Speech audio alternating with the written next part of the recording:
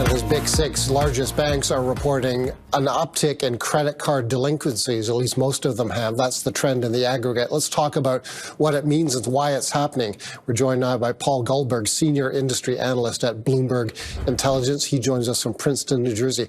Paul, thanks a lot for joining us. You've done some great reporting on this. You note that credit card loan quality and balances face further challenges, with 90-day delinquencies up almost a full percentage point in March. Where do these delinquencies stand in historical terms? Yeah, so thank you for having me, Paul. So the delinquencies are up 0.85% of the overall credit card loans. That's 90 days plus, the 2% for the overall delinquency across the six banks for the trust data.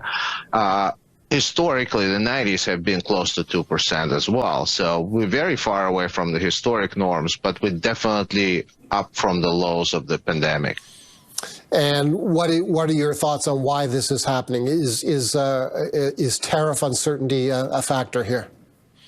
I think tariff uncertainty is very clearly a factor here. You've seen a lot of Bank of Canada surveys, consumer surveys, showing the expectations of reduced spending, expectations of concern for the financial well-being.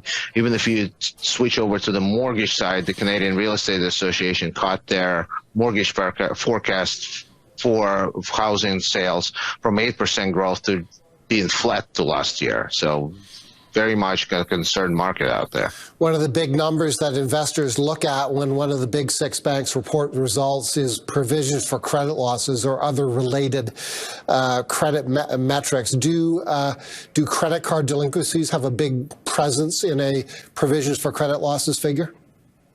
They do some, although credit cards as a percentage of the overall loans is a fairly small amount for the banks. TD has the biggest, about 4%, followed by CIBC at 3%, and everybody else is at about 2% of all loans or lower.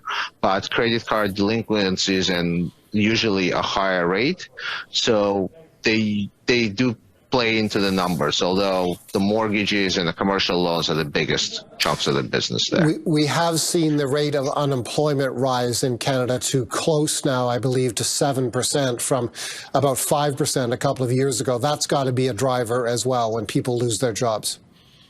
Yeah, absolutely. That's the biggest thing to watch when you trying to figure out what's going to happen to the unsecured credit, like credit cards. We up from 5% to 6.6%, but if you look at the expectations that we have on Bloomberg, the consensus expectations across the economists, we should end the year at about 6.8%, so that's not that much of an uptick considering where we are today, and that's definitely taken into account that there wouldn't be too much of a fallout, some pressure on GDP, but not too much of the fallout for the consumer segment. Paul, thank you so much for this insight. Paul Goldberg is Senior Industry Analyst at Bloomberg Intelligence. He covers banks, asset managers, and exchanges for Bloomberg Intelligence.